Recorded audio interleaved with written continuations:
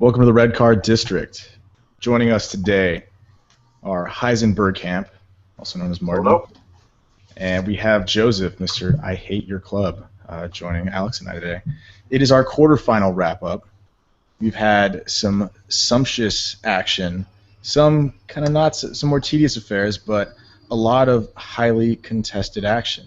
Nearly all of our matches, about half of them went to overtime and potentially penalties. It's been a bit crazy. Alex, what was the match that stood out the most to you out of the quarters? That stood out? They all felt like they were the same, you know. How Little so? hope for the small guy, and then later dreams get crushed. Except for Costa Rica. But they were playing Greece. They were playing Greece, you know, and everyone wanted Greek dreams to be crushed. So Yeah, Greece were waiting for a bailout. Joseph, we shouldn't choose those jokes. The Germans weren't there. Like this, I mean, you could have told me this 3 years ago. I would have laughed, maybe. But I still laugh, so I don't care. I don't tell jokes for you.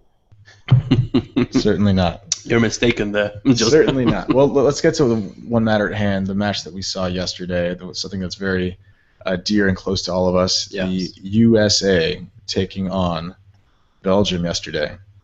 It was quite the heated contest. Martin, why don't you give me your thoughts on that match and tell me how you felt it played out? Yeah, well, we got beat. I mean, the final score I think was very flattering to the United States, really, because I thought Belgium came out and played well, really dominated that match pretty much from start to finish. The United States had real trouble keeping the ball, especially doing anything with the ball in the opposing half. There were times where it really felt like just a shooting gallery for Belgium. It seemed like every other minute or so they were creating a great chance. Obviously it's been said a lot, but Tim Howard had a really fantastic, amazing game. We could have easily been down 2 or 3-0 at half.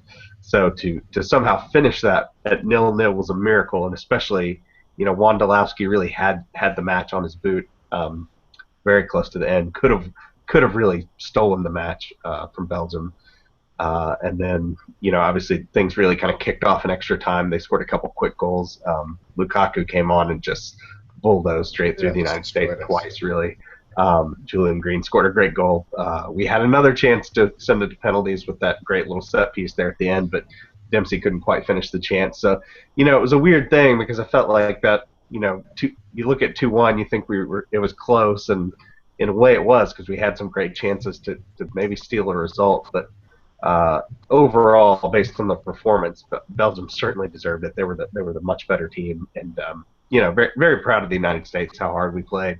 I think we never gave up. To still be working that hard, down 2 goals in extra time after 105 minutes is pretty remarkable. So overall, really I think a pretty good showing for the United States in this tournament, and I think most realistically, that was about the best case scenario we could have hoped for coming in. Yeah, I think it really has raised the profile of the U.S. men's national team. I mean, people have been talking about it from all over the world, and people were genuinely recognizing USA soccer as it is as something decent, and also like being able to put out a team that really competes and fights and plays in unison, like a team that is really cohesive, and that really impressed and won over a lot of neutrals. You can't. I mean, it takes a lot. The one way of knowing that there's been progress in football in America is when you know that you've pissed off a lot of British people. So that's definitely happened, and it's always good. That's how you know USA. Yeah, that's how you know that's progress. So I think you're being very pessimistic, Martin. I mean, when I saw the game, maybe I closed my eyes because I was too drunk to see what was happening on the pitch, but Belgium's chances, it's their fault for being poor, I'm sure if they had scored that we would have pointed fault with the defense and whatever happened with Beasler and Gonzalez, but it felt like for the entire game the US they were still in it for the entire game. And even when it was 2-0 down, it wasn't long before Julian Green scored. It was just the beginning of the second extra time. Yeah. So I felt like, I don't know.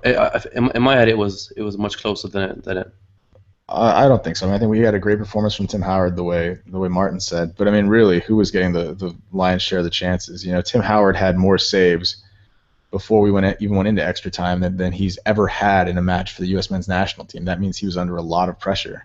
I mean, Belgium was the more dangerous side, but you know, we were in there with a fight, and it was close. You know, it was 0-0 all the way till there. And I don't know, Joseph, are you ever going to be able to forgive Wondolowski for that miss? Nope. Nope. I mean, I'm sure he feels horrible, and I'm sure that he won't forget it either. Oh, he's already dead. I mean, and if he was in a different country, he might be. But you know, I mean, it was just disappointing. You know, because he's in those positions. He finds himself in those positions a lot, and you don't expect much from him, and then he finds those positions and he puts away some crap goal, and that was the opportunity that you know, for him. The only opportunity, goal, right? Those are the kind of goals he scores, right? That's the goal where you go, how did he even get there? And you don't care. Yeah, and that's do you understand that? Like Landon Donovan tried to hang himself when that happened. Like there was nothing left of. There was not enough time, you know, for him to do that. I mean, it was just, I couldn't believe it. I mean, I was I was loud to say the least during the last 40 minutes of that match. And you know, I know that Martin seemed to take it well, but if you look at my timeline, I didn't take it so well. Who was the Budweiser sponsored? Well, who was your favorite Belgian player? That's funny. I wouldn't have a favorite Belgian player ever. Okay, who impressed you the most, Joseph? Nobody. Okay, who made you happy? Did no one make you happy? Did no one impress you? No, nobody impressed me. Not even Jolly Green? I thought Hazard was disappointing. Yeah, I didn't think. Well, I mean, Hazard's got his one move, right? He fakes left, tries to come inside on his right. I mean, it's kind of Robin on the other side. Man, that guy fakes everything. He's Mourinho trained, you know. Yeah, I thought De Bruyne was. I may be mispronouncing it, but I thought he was their best player. De Bruyne. I thought he was their best player. Obviously, Lukaku kind of was the real impact player, but I thought De Bruyne was pretty consistently good the whole match. He found himself in a lot of position, a lot of open space where, you know, we left a lot of that midfield open for him to just run ragged and have nobody closing him down to get that much opportunity. Yeah, I mean, he was. I mean, I guess he ended up being their baby-faced assassin. Like, I swear he doesn't look a day over 15. It's not in his face. But I mean, he cut us apart right there at the end. I mean, I guess you probably would have to say he was one of their better players throughout the match. But I mean, the thing is, this Belgium team, even though they've beaten us and they look halfway decent, they still don't convince me enough to think they're going to make it. Oh no. I mean, I don't doubt they could beat Argentina. Argentina haven't performed that well yet either. You know, it's hard to say the performance has been really fantastic. But I don't know, maybe we're underestimating the Swiss team a bit. Look, to me, Belgium has a feel of Ivory Coast to them. You know, a lot of great individuals, not mashing well. They'll shine in like little strides, and that's it. I think the next match they're going to be out. So it's Argentina. Yeah. You know, to go back about the U.S. team and the recognition and all the stuff that was said by people all over the world yesterday. I don't know. I found it a little condescending, most of it, but you know, it's not like we don't always have a team that fights to the death. I mean, I don't know if they've never watched a U.S. team in any sport, but we always have that. That's nothing new. We always fight with heart, whether we're outmatched, you know, with our talent. So I didn't see that being. I want better football. That's what I want. We'll always have heart. Yeah, that sounds very romantic, Joseph. I think that's actually a really good point. It's fucking true. Because I think this has been a very successful World Cup for the United States, particularly off the pitch and getting a lot of recognition and more than anything, just getting so many people swept up in it here in the United States more than ever. Shout out to our ratings. Did you see any of the official numbers? I mean, I know that a lot of stuff is skewed, and we've been Alex and I have gone to several like big viewing parties, and you got to think like, you know, we're at a place that 500 people in it. And it's like, well, think about all those households that would have had it on if they hadn't been there. Yeah. And then something people aren't even counting the Univision numbers of what's been shown in the Spanish language. So very impressive, right? I mean, the numbers were better than the NBA Finals, right, and the World Series. Yeah, Yeah. I think they made those pale in comparison. But first time ever that we've ever put up that kind of showing for these USA matches. It's really, really impressive for the sport here in the nation. Some of it has to do with the time of day, which helps too. Yeah. But look, it's obviously USA played at fucking 1 o'clock on a Tuesday. Like that's not ideal primetime viewing for us. Well, yeah, but it wasn't 6 a.m. But I mean, if it was a Sunday and it was like a matinee, Sunday lunch, that's when you expect to get those kind of ratings. That's really impressive. No, I mean, I'm not really a TV rating person, so I wouldn't know. Tuesday 4 Eastern. But I would say that I think the more I think about it, the more I'm actually not convinced it was I think it was a fine World Cup and overall a successful World Cup on the pitch, but not incredibly so. We didn't do anything that we haven't done before several times. I mean, we did the exact same thing we did in 2010 and '94. Obviously, we. But did anyone here really think the United States were going to get out of the group? I thought we had a chance. I mean, certainly had a chance, but I mean, if you were forced to put your money on it before the tournament, would you pick them in your bracket outside of being a homer about it? That's the thing. Like talent-wise, we got put in, arguably the group of death. A very tough group with a lot of strong teams. As much as I wanted to say the USA was going to get out, I knew that we could. I still never felt that convinced that we would do it. I was really hoping that the Spirit would persevere, and they did. And I think by that standard, since most experts had them not even making it out of the group, it makes this, run to the round of 16. I don't rate a lot of the American players. I don't think a lot of them are the level of European players. Like, it's not even close, some of them. So to me, what Klinsmann did was he brought out the best from them. I mean, that's not the best one that Alex can do, obviously, but he's that type of player. He's hit and miss. Well, I agree with that, but I think that's, and I don't want to sound spoiled or entitled, but along the lines of what Joseph was saying earlier, yeah, I mean it's great, and I mean this very sincerely. It is great that we have a team that fights for 120 minutes, that never gives up, that believes in itself, that can play together as a team, but it's starting to feel like the same old pattern where nobody expects much of us.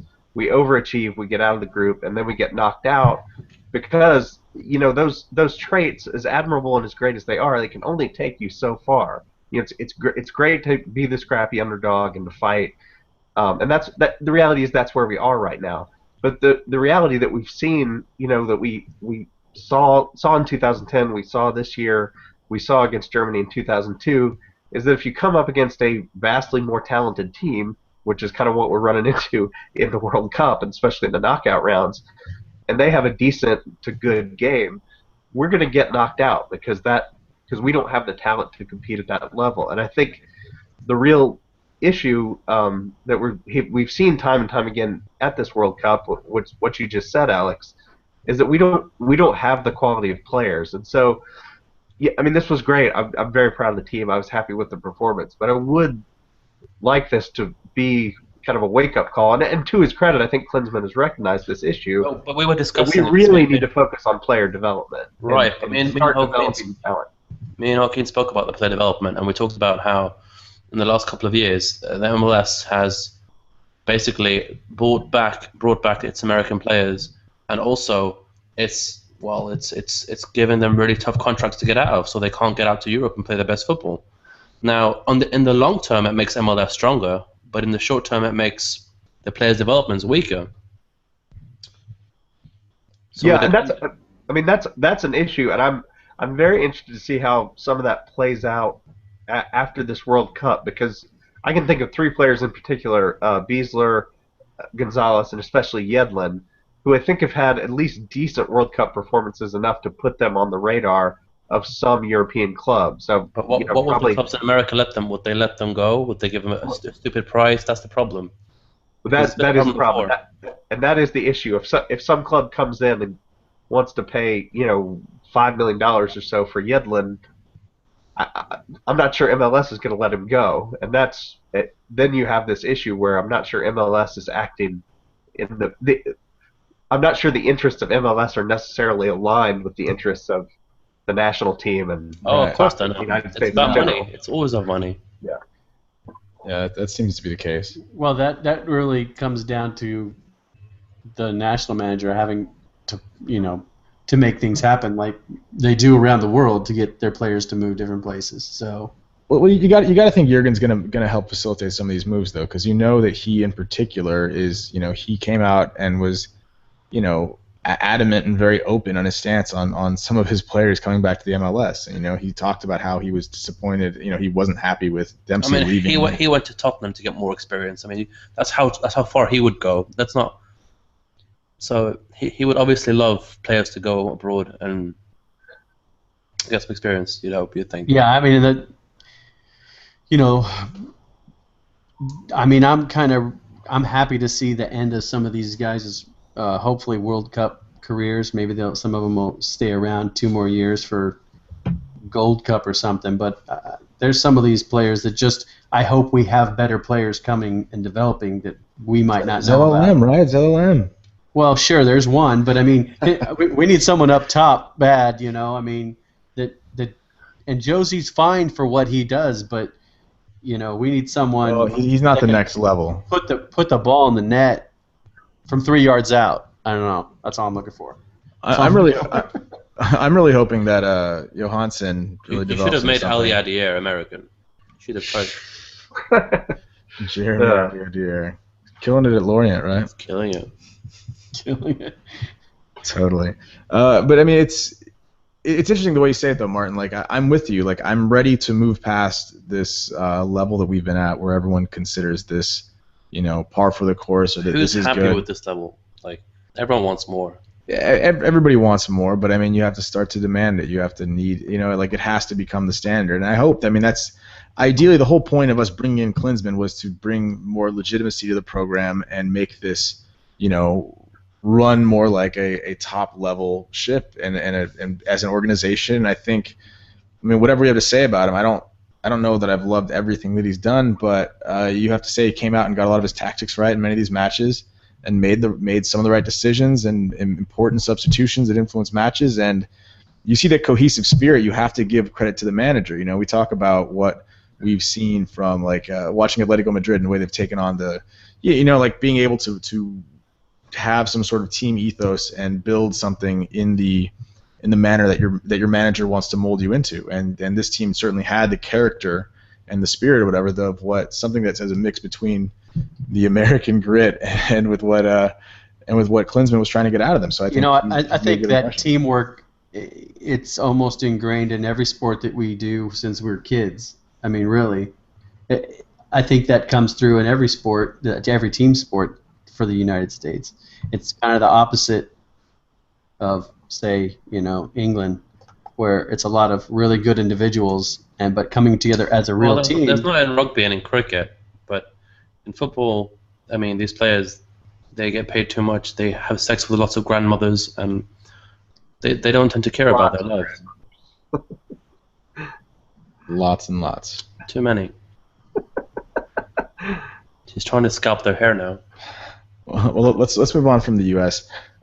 Jem, I want to get your opinion on something. Who was the most impressive team for you in the round of 16? I know we saw a lot of performances, not too many clear-cut dominant performances. Is there anyone that stood out to you, Joseph? No real dominant performances. I mean, a lot of late, where the talent that's there on the teams really kind of finally shows through. But if you had to pick one player or one team, well, I'd probably say just from the Colombia, round of right? 16. Colombia probably had the best match. The best match. Yeah, I think so. Performance-wise, I think they probably had the best match. Martin? Yeah, Colombia. They've been the best team in the tournament. I thought they were the best team in the round of 16. To me, that's the marquee matchup for the quarterfinals. And who has been See if they can take down Brazil. your worst performance, worst team Of the winners last or round? just overall? overall? Oh. Well, no, but just from this round. Just from this round. Of course, it's round one. Yeah. I thought Uruguay did not look very good. I mean, maybe they made Colombia look a little bit better, but without Suarez, they just didn't look like they had any outlet or any way of getting through. I never really felt like they had much of a chance in that They game. made Cavani look so cheap. They did, but I mean, honestly, the midfield that they've had throughout this tournament just really didn't do much. But you know, I was saying before these matches that Cavani really needed to step up and make a statement, even if He didn't. Yeah, no, he didn't. He didn't. He made his price go down. Well, he was doing it just for you, so that Arsenal would be able to afford him, just for you. No, but you know, he didn't really make his impression on that match. And it was rather unfortunate. No, he didn't do too. No, he did. He played. I thought he played pretty well in the England game. Greece had the worst performance for me. No, they were beautiful. They were doing what they could do best, being Greece. Well, right, but that doesn't mean that they were impressive. Look, being Greek is impressive. Okay. No, if I had that nose, I'd be much better. But since I don't have that Greek nose, no, so I don't give them anything. You can't all have this beautiful nose. I would also say I thought Holland was terrible for 75 minutes. Oh yeah, they were pretty garbage. They got really bailed bad. out. I thought when we went to see that match. That was so sad. Well, you know, Alex said something to me. I think it was right around halftime. It's like, oh, this is the Holland that we expected to see at the tournament. You know, this was the team that was disjointed. You know, still had talented players, but wasn't putting it together. It's what we expected to see in the group stages for those of us who didn't pick them advancing. I thought Spain and Chile would pick them apart, and yet they've looked better leading up to it. But you know, now they have an interesting matchup now, right? Costa Rica. I mean, you have to think, as good as Costa Rica has been, I mean, they have the easiest path to the semifinal. You know, Mexico was a tough team, but it was nowhere near maybe the hardest opponent they could have had at that round. And now they get Costa Rica, another CONCACAF team that on paper is supposed to be nowhere near their class. No, I'm not saying that I couldn't see Costa Rica winning that match, but you have to say that they're big favorites, right, to make the semifinals now, which kind of makes me sick. Yeah, it does. Just because of those couple players. Well, you know, I expect all these teams to play better. All the teams. I mean, you've got what 8? You've got all 8 first place teams that came out of the group stages, right? Yeah. Right. I expect Germany to play much better. I expect Brazil to play much better, and I don't know if Argentina will because I don't think their defense is very good. But I could see Belgium getting. That hasn't been the issue. They haven't really been leaking tons of goals. They just haven't been able to find them. You know. Well, I would say that's a lot of bad finishing that they've kind of run up against. I think there's been plenty of opportunities for them to be scored on. Yeah, they've been open enough. You know, and if Belgium can do some of what they did towards the end of the match versus the United States, I think Belgium is going to take that match. Yeah. I wouldn't have thought so, before, but seeing, just going through the performances, I wouldn't be. I'd actually pick Belgium to win that match. What did you think about Mexico? I thought they were good, but I thought they let their foot off the gas a little bit. I mean, I think they were in control of that match. Holland was open. They could have gotten that second goal, and they fucked it up. Over. Yeah. Too early. Pulled back a bit too early.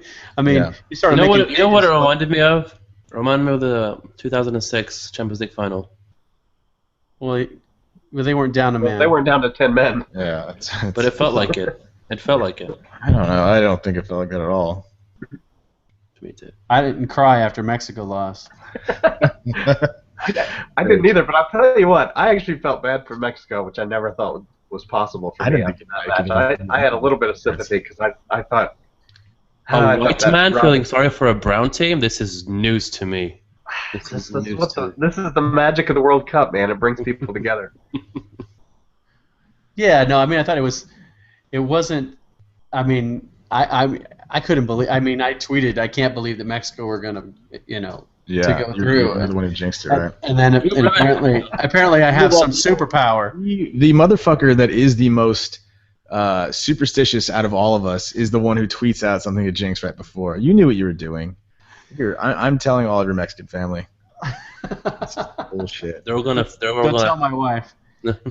I was honestly, there's one person I was really mad about this, and it was Rafa motherfucking Marquez, because I understand fatigue set in the legs and all that, but we all know, every single one of us know exactly what Robin's going to do, and especially what he's looking for in the box right there.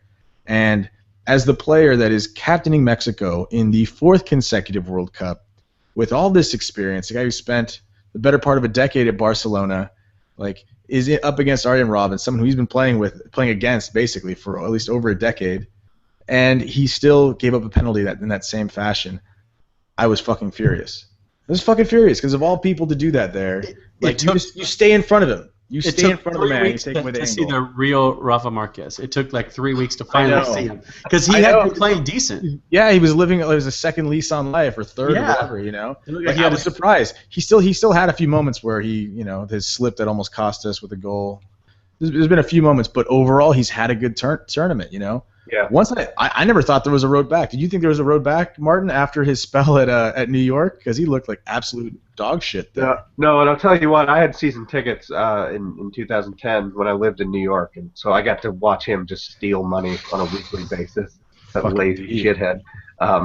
It was as bad as I've ever seen. I mean, I don't know. I've seldom seen any player at any level, including T-ball, give less of a shit than Rafa Marquez did when he was at New York, and I certainly would have sworn his career was done. It should have been done. So I don't feel bad for him, but I do feel bad for Mexico as a team because I thought they were pretty hard done by. And I don't buy into conspiracy theories, but they really had a run of bad refereeing decisions go against them in this tournament. They had to overcome, and it was a rough path. But Robbins, there's no way. I would have called it. I would have called that penalty.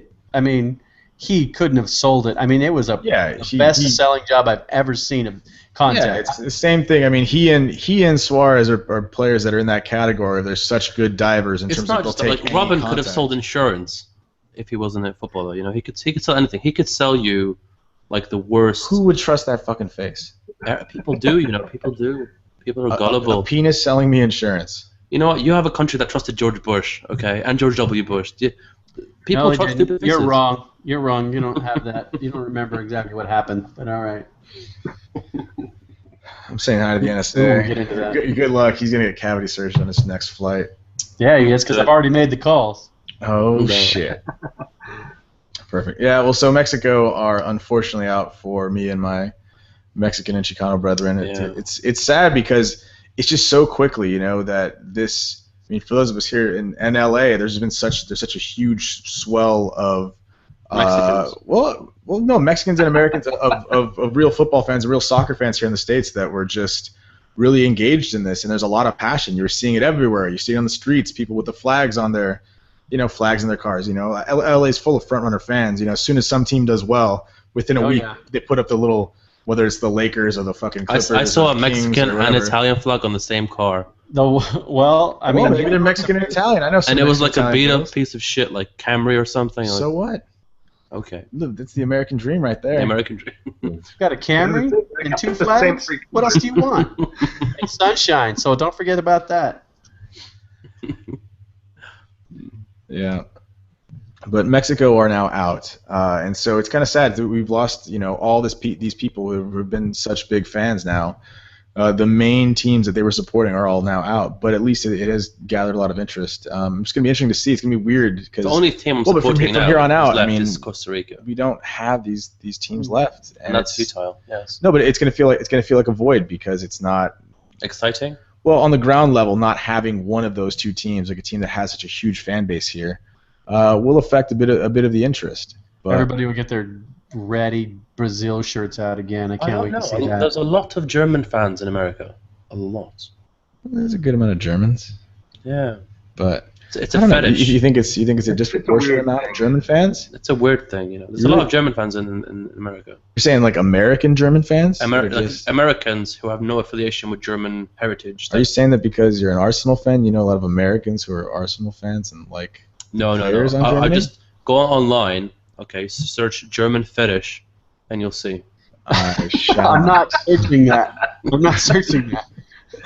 Will not be doing that one. At least not at work. Maybe I'll search that at home. So let's talk a little bit about Brazil and Colombia, because that's going to be a very interesting matchup. Martin, you said you think it's the headlining match, and I think it probably deserves top billing. If not, I think that Friday doubleheader that we have is just, it's just fantastic. It's basically the two big powerhouses of the two biggest continents going up against each other. But let's talk a little about that match. Has your opinion changed? Well, I suppose. Do you pick something different happening than what you would have thought before the tournament in this match, or which way do you think you're going to go? So I don't, but it's a lot closer than I would have thought.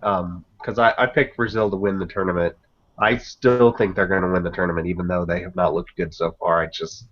I think beating them, knocking them off on their home soil is so tough, and you could just, I don't know, just the narrative almost seems to be writing itself that they've already got their great escape in, and sometimes teams just really push on from that. And so I think they're going to find a way to get past Colombia, but I'm really interested to see it because Brazil really have not looked good at all. Like I said, I think Colombia have been the team of the tournament without any doubt for me so far. And I think Colombia can give them a really good game. I certainly would not be surprised if Colombia gets past them there. But until I actually see with my own eyes Brazil lose a World Cup match in Brazil, I'm not picking against them. That's probably pretty wise. How about you, Joseph? Well, I will go against what I picked to begin the tournament because I had Chile beating Brazil. So you can't change your mind. I wasn't far off. I wasn't far off. No. But I think Brazil's going to start playing better, and I think they'll have no problem with Colombia. Actually, no problem with Colombia. No problem. That is a bold statement, sir. I'll tell you, I predict Brazil will score at least 3 goals. Wow. All right. Well, this is a place for bold predictions, and we've got Joseph giving us quite the stunning prediction. 3 goals for Brazil is what he predicts. Yeah. That is a bit mad. Do you think that's crazy, Alex, or are you on board with him? I think Colombia hasn't faced someone like Brazil, and Brazil are going to take them apart. So take them apart. Wow. All right. Well, I'm going to go against the grain here. I'm going to go with Colombia. Of course you would. With a narrow victory. I hope you're right. Yeah, I kind of hope I'm right too. Like, I don't have anything against Brazil, but Colombia's been the best team to watch so far this tournament, and I don't think Brazil have faced anything like Colombia yet. A team that can nearly match them in technique in certain areas and have a player. They also have the player who's been the player of the tournament. James Rodriguez has been the best player in this tournament, hands down. Look, anyone who plays for Colombia tomorrow, or even looks Colombian, has to fly away from Colombia if they lose. That's not true. It's not 1990. Or have you seen what I'm wearing? It's definitely 1994. I've got no answer to any of that. Yeah, that's true. I can't really. No, but this Colombian team, they have done well. They lost their best player before the tournament. Falcao was certainly on paper, and I'd say the best player now is James Rodriguez. I think he's better than Falcao right now. Yeah, right now, as Falcao's recovering from fucking knee surgery. He's on the beach. I saw pictures. Yeah, well, wow. But you take this player away from them, and they don't seem like they've missed a beat really, and this team has played really well. I didn't really see a lot from Jackson Martinez in this last match. He didn't really carry over that form from the last group stage match, unfortunately. He doesn't look like a kid. Yeah, I don't know. He sometimes just looks like he's not too bothered. But James Rodriguez has been fantastic. Cuadrado has always been a threat. He's kind of one of those guys. Cuadrado seems so raw, but he's got all the talent, and he can really put it together. He's got those quick feet and that pace and athleticism, man. That guy's quite the talent. I really think they're gonna give Brazil a run for the money, and I'm changing my decision here. Granted, I had Brazil going one more match and then losing, but I think I'm flip-flopping now. So Colombia for me. There you have it, ladies and gentlemen. Joaquin is flip-flopping. Flip-flopping, but hey, I'm owning up to it. What about the France-Germany game? I can't wait to watch that match. It's gonna be at 9 a.m. on Friday, 4th of July, Independence Day, right? Your Americans celebrate that day or something? Yes, we do. Yes. Is that match first? That's before the Brazil match? Yes. Okay. I got that bright and early, huh? So we'll be seeing the entire German team facing the entire French team. It's going to be interesting. Yeah, or just 11. Just 11. probably 11 at a time, but they might all be there. If France step it up, I think France might scare Germany away. Way to go out on a fucking limb there with a bold Why don't you prediction. say something? If they go well, I think they might do it. Jesus Christ. Give me all right. You want to know what's up? All right, give us your prediction. Who's going to take it? I so want Giroud to score like an overkick. And I want fucking an ice cream sandwich, but it's not a Well, beer. let's get you one then. Yeah, you need to aim higher with your. Yeah, I did Sell go those higher. Well, the other thing I said was actually I probably was going to go a little too inappropriate, so I had to just myself. Yeah. And came up with something. I had to go for something vanilla. Look, Germany are going to play boring 80 minutes and then they're going to score. And they're going to break French hearts. And Well, do you know that a lot of people pointed to Giroud not having a great match last match. I didn't think he was really involved in too much of the match. Do you think he's going to set up with Griezmann to start this time? yeah, I think Griezmann is definitely going to start. Yeah, I do too. They played 4-4-2 in that fashion because they were playing a weaker team. So they're not going to do that now with Germany. They're going to play way more defensive. They're going to play 4-3-3. And, I mean, Valbuena definitely gets to start. He's going to try to track back a bit. I don't know if Griezmann tracks back very well, but it looks like Benzema starts that one. Yeah, it wouldn't surprise me if Giroud drops to the bench. But, I mean, just like the way Giroud is such an important player to that team still.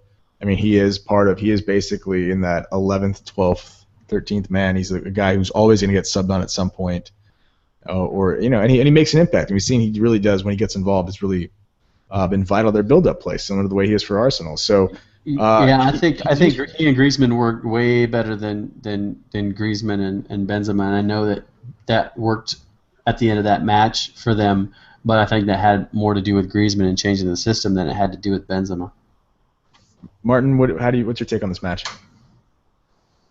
Yeah, it's a good question. I guess I think Germany's going to do it, and just find a way to show up and play well. But really, I think it's been a weird tournament. It's been a great tournament, but one of the sort of overarching themes of the tournament so far, I think, is all these kind of pre-match favorites, except for Spain, have all kind of shown up and done just enough, but not impressed.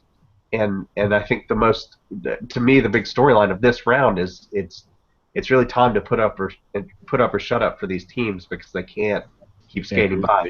Or both teams can still play awful, and one will get through anyway through Well, penalty. I guess that's true, but to me, I mean, I think Brazil, Argentina, and Germany have all gotten good results on paper, but haven't looked that good. And I mean, they've been on a knife edge. Brazil needing a penalty shootout, and Argentina just a couple minutes away from it, man. I mean, they're really cutting it much closer. Because I was just thinking, we were watching the Argentina match, and it's like, man, well, Messi's been out there performing, but really there hasn't been much else from his teammates really performing, and you're in extra time, and you're like, well, they could fucking lose this like really easily. It's been on a knife edge, and it would just be such a shame. Yeah. But this team just really hasn't put it up yet. I'm with you, Martin. Though I expect, at some point, and you got to think at this point, now that we're the quarterfinals and we are at the 8 group winners all facing off, they need to set their game up to that next level to really make the final strides they needed to make the final and the semifinals. And so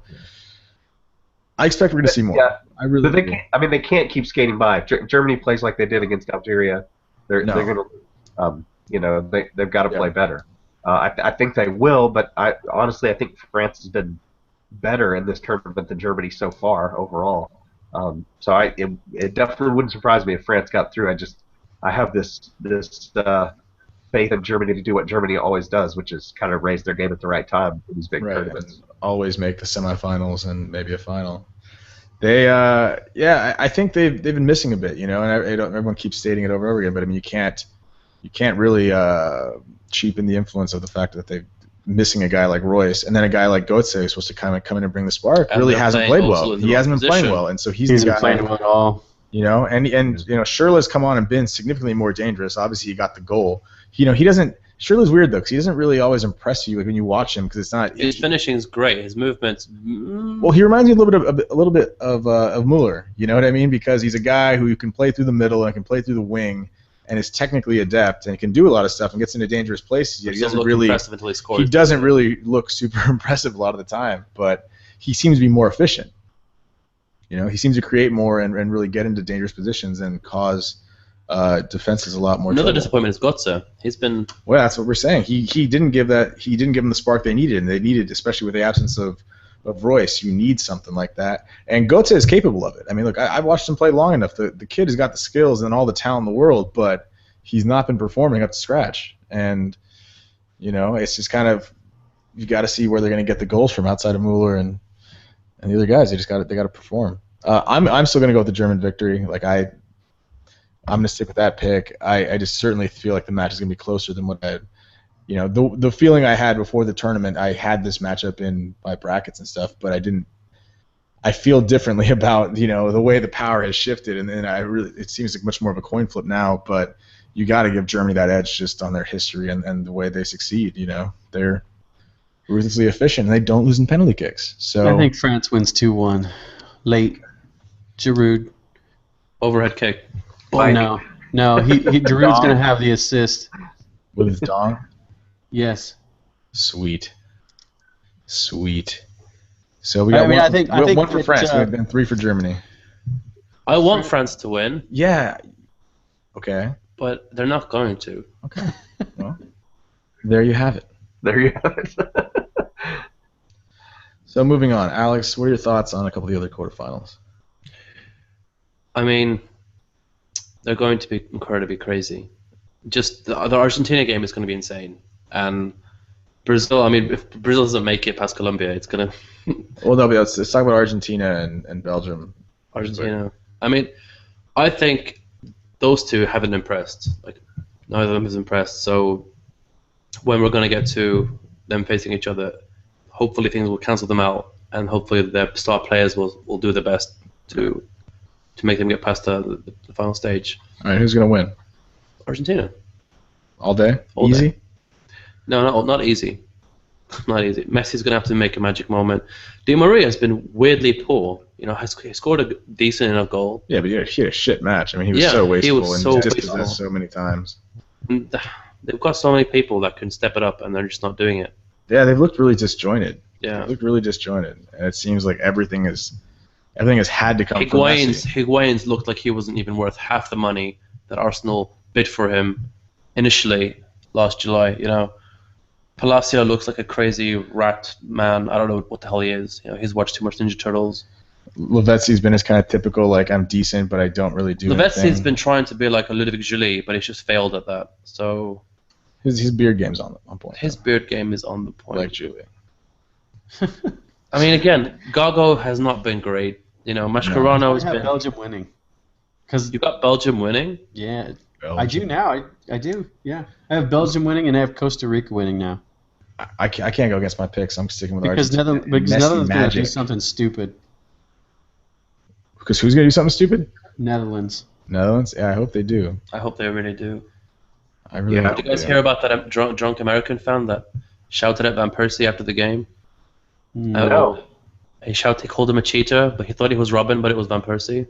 So he's like, his name's Robin, right? His name's Robin. His name's Robin. That's it. Robin. You fucking cheater. That's all right with me. I got no problem with that. That's great. Yeah.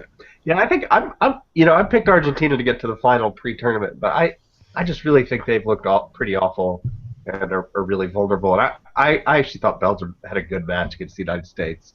I think they're peaking at the right time, so I think I'm going to change my pick there. I think Belgium's going to find a way to do it. If Belgium beats them, then they finally become the dark horses that we talked about. No, they are the dark horse right now. I mean, they are in that sense. You could also say, obviously, Costa Rica. It all depends on how much you rate America. Yeah. If you rate America very highly, then what they did was like a.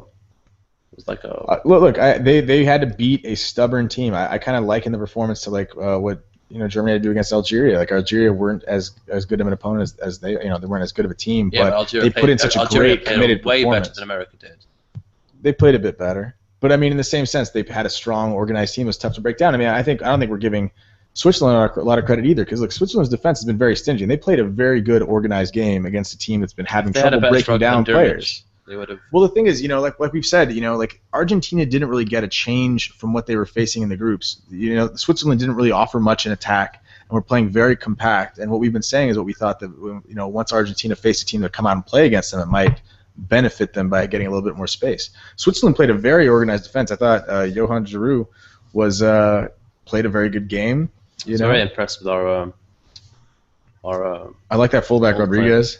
Yeah, he was. These guys, they put in a good committed performance. I think we're selling a little bit short. There are players that Tottenham would bid $8 million for and get, and then not play for a year and then sell. Yeah, I do. I watch out for Switzerland at the Euros in 2016. I think they have a lot of good young players.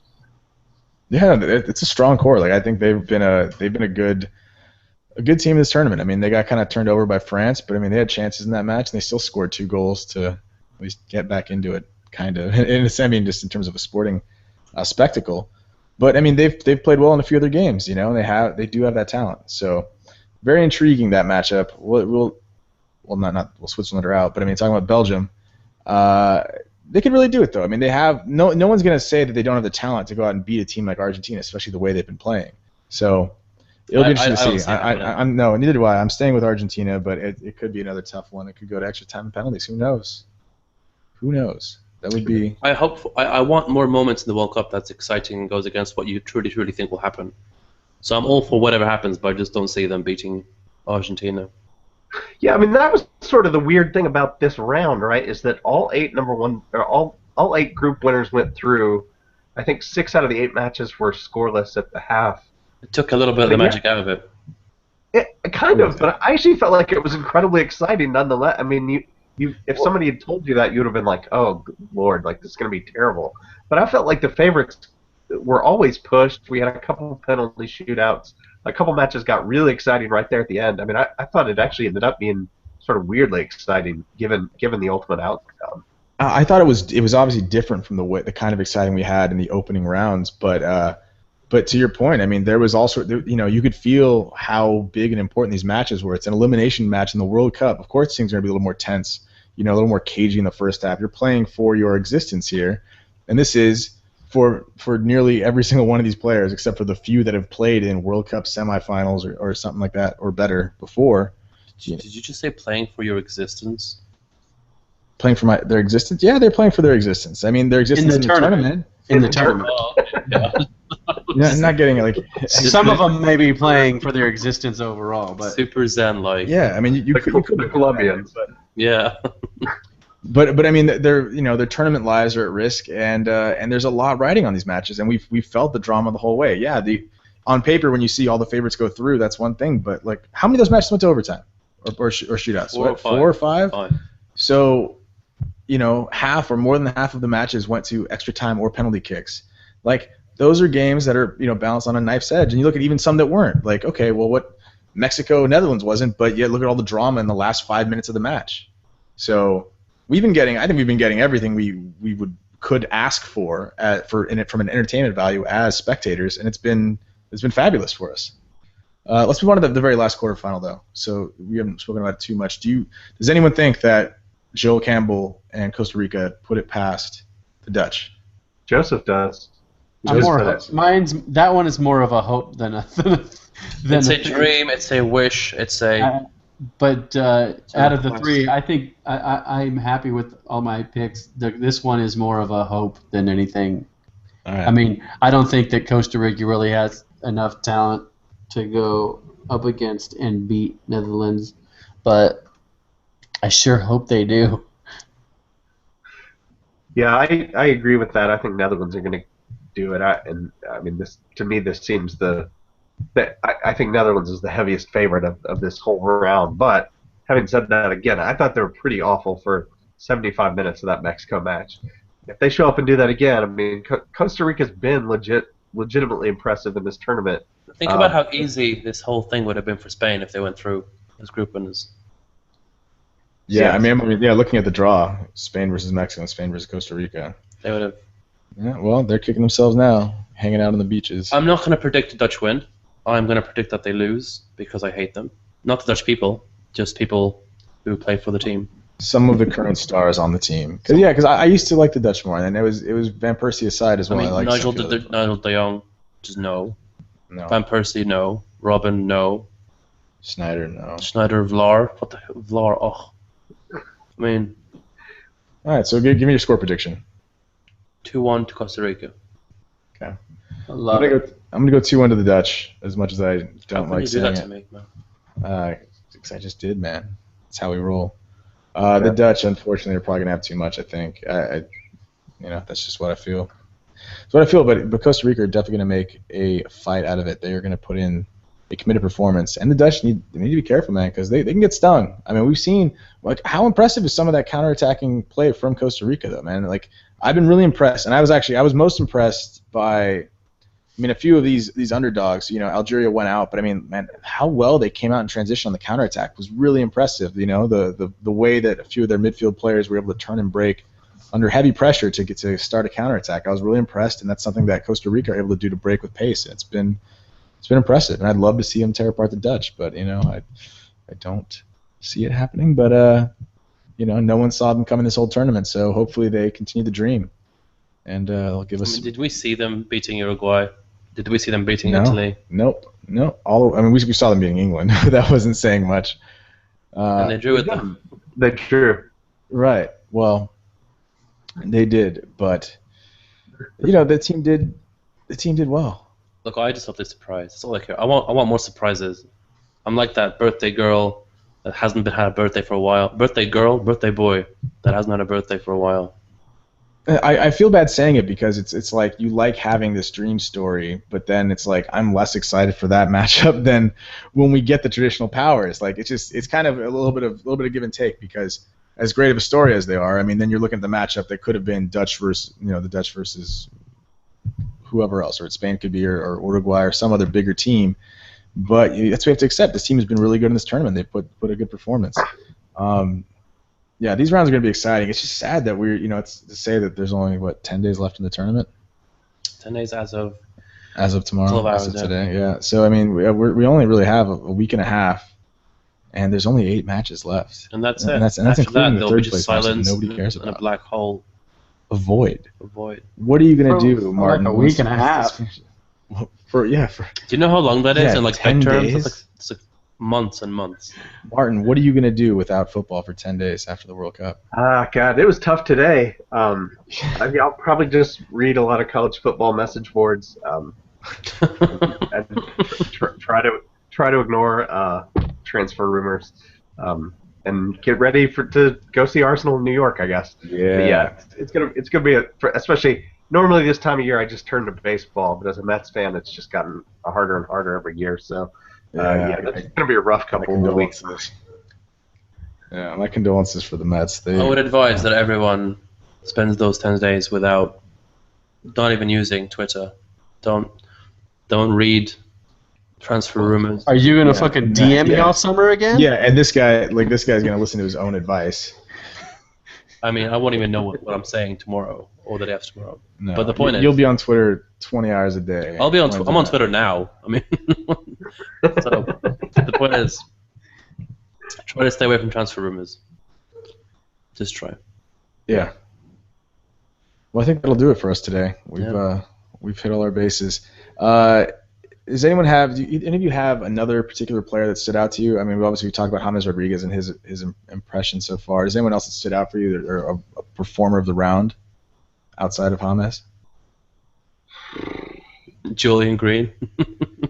Hey, it was a nice goal, but it's not what I would say Pogba. Pogba's been. Pogba, he had Pogba was fun to watch.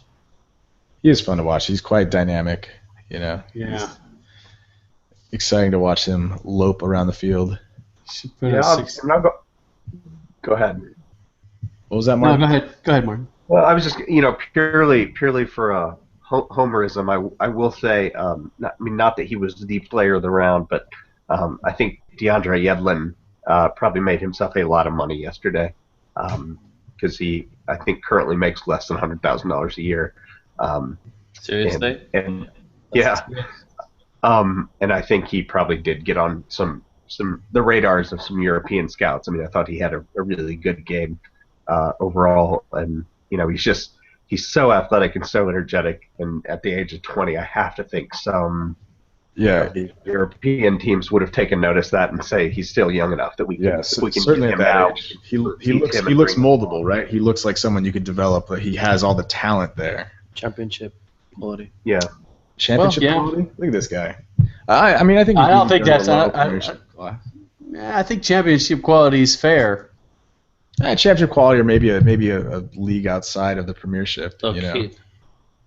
Whatever. He needs training. Give him a couple of years, and then we'll talk about it. But he's got a lot of talent, so that's good on him. Though he did impress when he came in, and we really thought when losing a guy like Johnson, who's been one of America's best players in the tournament, and he came in and did quite an admirable job. So yeah, but I mean, I think he was one of those guys that when the roster was announced, I think a lot of people, even people that kind of somewhat follow MLS, were like, "Who is this guy? Why is he on the team?" Right. I think he's gone from that to being like, oh, Yedlin, like he's our right back of the future, in 2 weeks, which is typical World Cup tournament sample size overreaction. But I do think he had a good performance. Serge Aurier is the best right back in the world now. Did you know this? Serge Aurier is the best right back in the world after of course getting 2 assists in 1 match. Right. Yeah. I mean, I would say Debussy is the best right back in the world right now, right? Just pay the money, right? That's all that matters, right? It's anybody says about anybody. Yeah. You pay, we pay. That's what they say. Fair enough. Well, we're going to leave it there, gentlemen. Thank you so much for joining us here on the Red Card District. Follow these fine fellows on Twitter: Heisenberg Martin, Joseph at I Hate Your Club, Alex at _Beck_, and me at Morning Pint. Until later, guys, and we'll chat again after the next round. All right. Definitely. Thank you. Fuck.